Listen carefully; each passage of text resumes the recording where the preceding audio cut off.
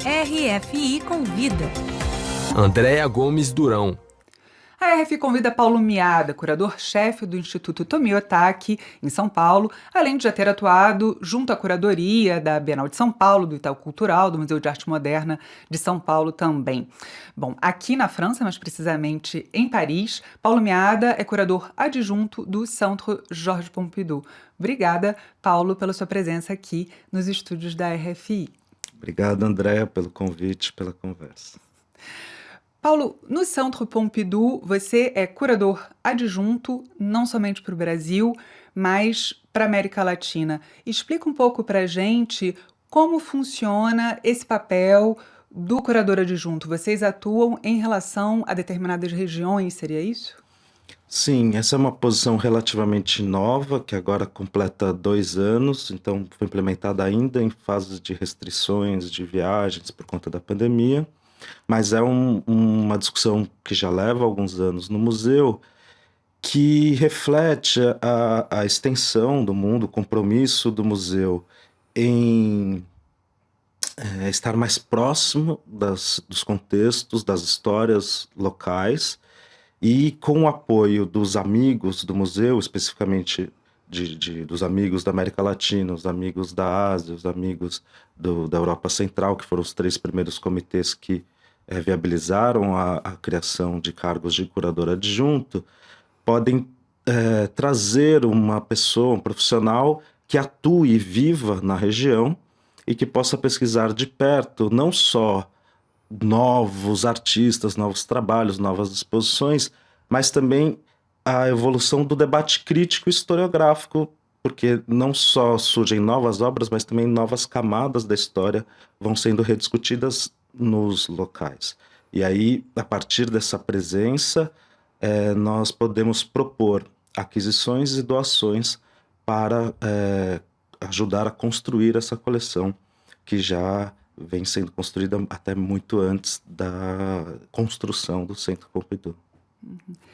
Uma questão, a gente tem uma presença relativamente expressiva de arte não somente brasileira, mas latino-americana e também não somente na França, na Europa, mas um discurso que a gente ouve com uma certa frequência é que ainda que exista essa presença das obras nos acervos, nas coleções, na maioria das vezes elas não são expostas. Essa ampliação do acervo pode contribuir para que essas obras façam parte de mais exposições, para que elas se tornem mais presentes, tenham mais representatividade nos projetos de exposição, pelo menos do Centre Pompidou? Eu acho que isso é muito importante, porque a construção de acervos museológicos, ela tem 2 grandes implicações. Uma é a preservação e a construção de um material de base de pesquisa da história. Então, existe um compromisso, por exemplo, na França, de que obras adquiridas por museus do Estado nunca serão alienadas, vendidas, trocadas. Então, aquilo vira uma espécie de depositário de longa duração. Ao mesmo tempo, os museus são espaços de encontro com as obras que constroem narrativas, consolidam narrativas e discursos. E, nesse sentido, é que a tessitura da coleção faz muita diferença, além da qualidade ou da força ou da materialidade de cada obra isoladamente. Porque é nos conjuntos de obras e artistas que você realmente começa a produzir narrativas, contranarrativas, desvios. Então é muito importante nas conversas, não só assim, estamos propondo esse artista, essa obra, porque fala disso, lida com isso, com esses materiais, mas também esta obra, esse artista vai entrar em relação com estas. Então, por exemplo, no caso de artistas latino-americanos, existe sempre um duplo olhar quando se fala dentro do Centre Pompidou. Por um lado, de que forma aquela produção tem relações, seja de complementação, seja de contraste, com o ramo principal da coleção, que é né, estruturado desde a França, desde a Europa, e, por outro lado, de que forma aquelas obras complexificam as leituras que se podem ter de outras obras já da América Latina que estão aqui. Então, quando isso vai formando uma teia mais densa, você tem a possibilidade de, dentro da própria coleção, seja numa instalação permanente, seja em exposições temporárias, introduzir não só a força de uma obra, mas contar uma história ou levantar uma pergunta. Ainda sobre essa questão do diálogo, vamos dizer assim, que essas obras podem promover, podem produzir. Eu acompanhei um debate seu recente que falava de movimentos artísticos que, ora, tentam defender uma ideia, um conceito, e que não necessariamente esses movimentos estariam comprometidos, né, com o público, com o outro, com a própria realidade, quer dizer, são movimentos que querem impor um conceito, e uma tendência, talvez mais recente, de movimentos mais inclusivos, né, que se coloquem mais no lugar do outro, que estejam mais atentos ao espaço que eles ocupam.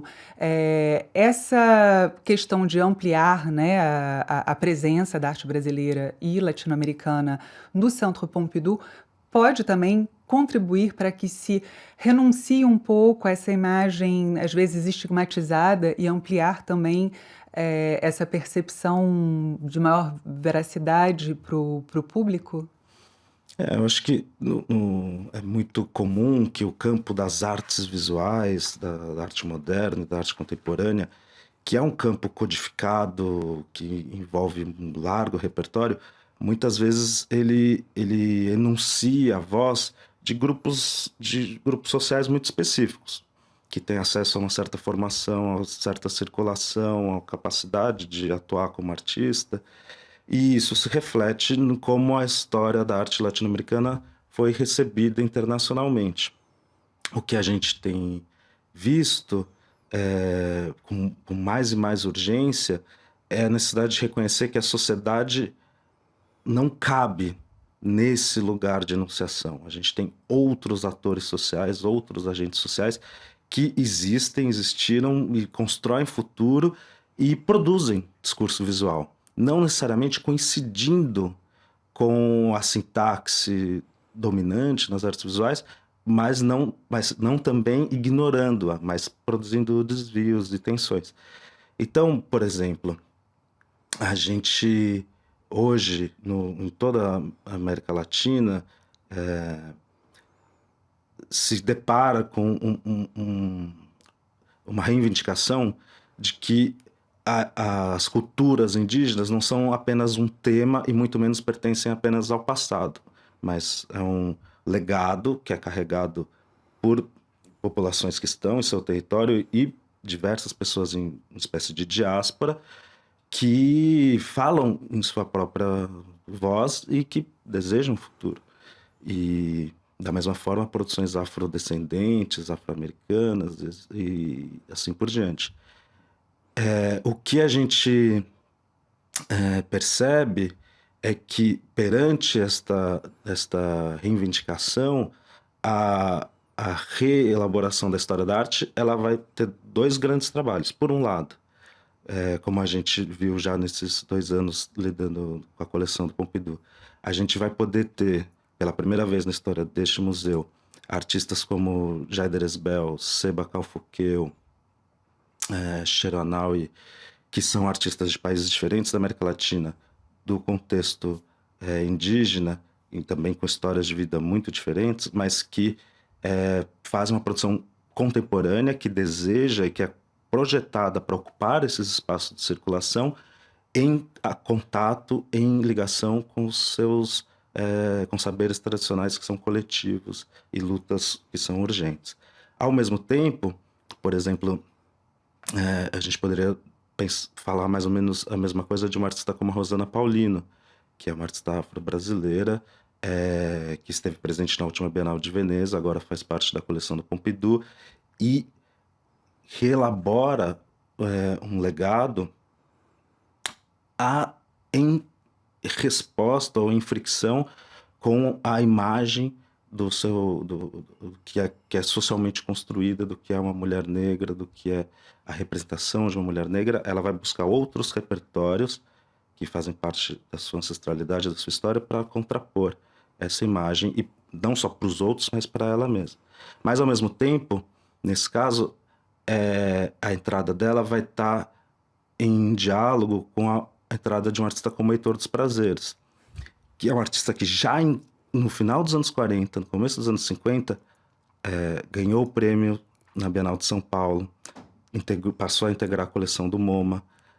Ele foi já muito antes de que o próprio sistema da arte tivesse um vocabulário para mesmo defini-lo, ele impôs a sua presença e negociou a sua circulação. Mas hoje ele é muito importante a entrada dele para colocar esses debates que parecem tão recentes em perspectiva e dizer que eles também não começam agora. Uma discussão um pouco assim, marco temporal, né? Não pense que esses conceitos surgiram agora, estão sendo criados agora em absoluto. Enfim, nós ouvimos Paulo Meada, curador-chefe do Instituto Tomi Otaki, em São Paulo, e curador adjunto do Centro Georges Pompidou, aqui em Paris. Obrigada, Paulo, mais uma vez pela sua participação aqui na RFI Convida. Obrigado, André.